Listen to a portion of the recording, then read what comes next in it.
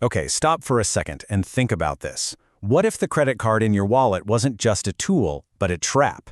Today, we are pulling back the curtain on the scientifically proven tricks that banks use to hack your brain, making you spend way more than you ever planned.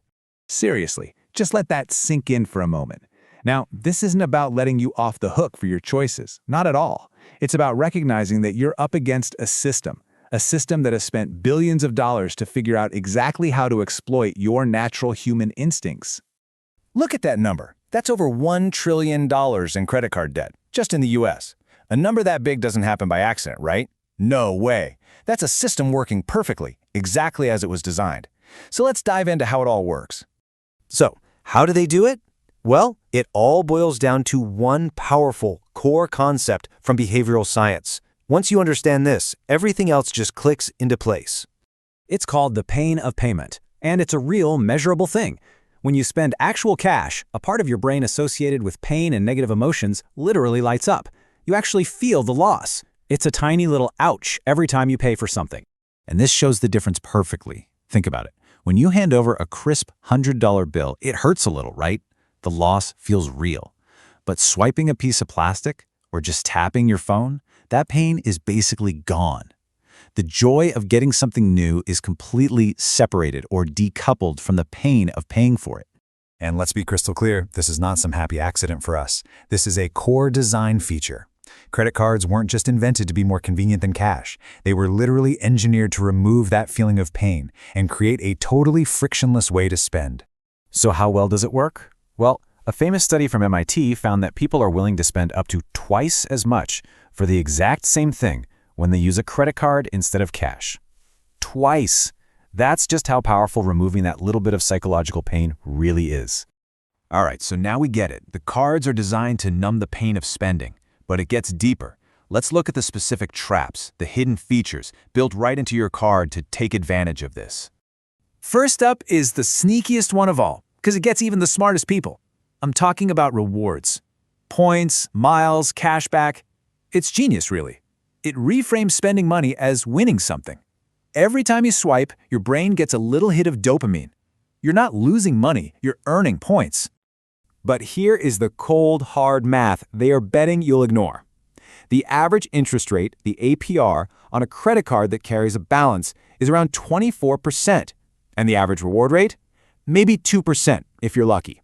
That means for every $2 you earn in rewards, you could be paying $24 in interest. It's a losing game.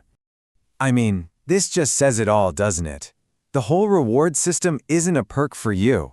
It's a mathematically engineered loss that's just dressed up to look like a win. It's designed to make you spend more because they know they'll make way more in interest than they'll ever give back in rewards.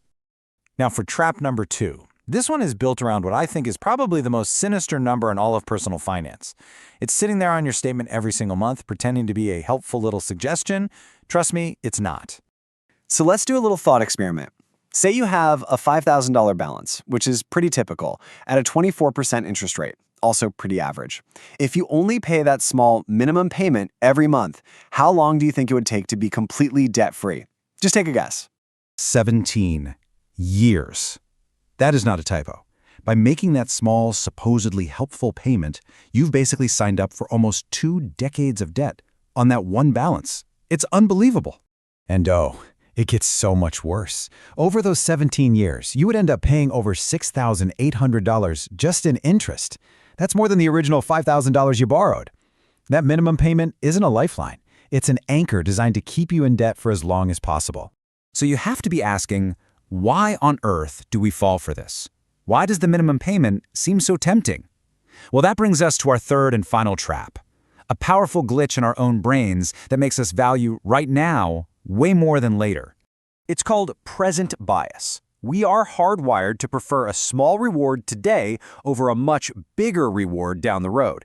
And a credit card? Well, it's the ultimate present bias machine. It gives you that instant gratification, the new phone, the fun night out, while it pushes the real cost off into some distant, fuzzy future that your brain just doesn't register as being important. Okay, so that's the bad news. You're playing a game that's rigged against your own psychology. But here's the good news.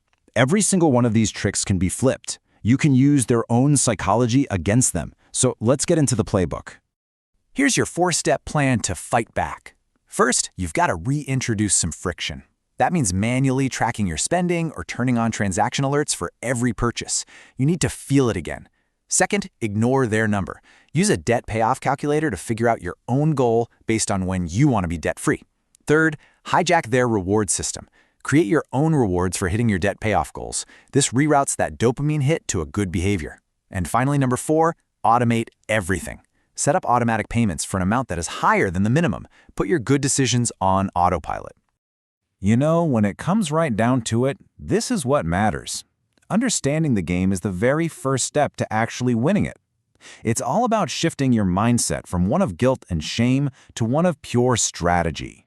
Look, if there's one thing I want you to take away from all this, it's a totally new internal conversation. Your debt is not a moral failing. You're not bad with money.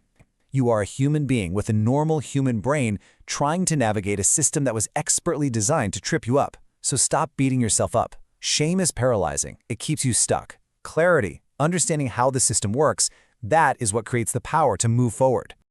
And that's why this final slide is really the most important one. Don't try to do everything all at once. That's overwhelming. Just pick one thing from that playbook we talked about. Maybe just turn on your transaction alerts, or find a debt calculator online. What is the one small step you're going to take today to start fighting back on your own terms?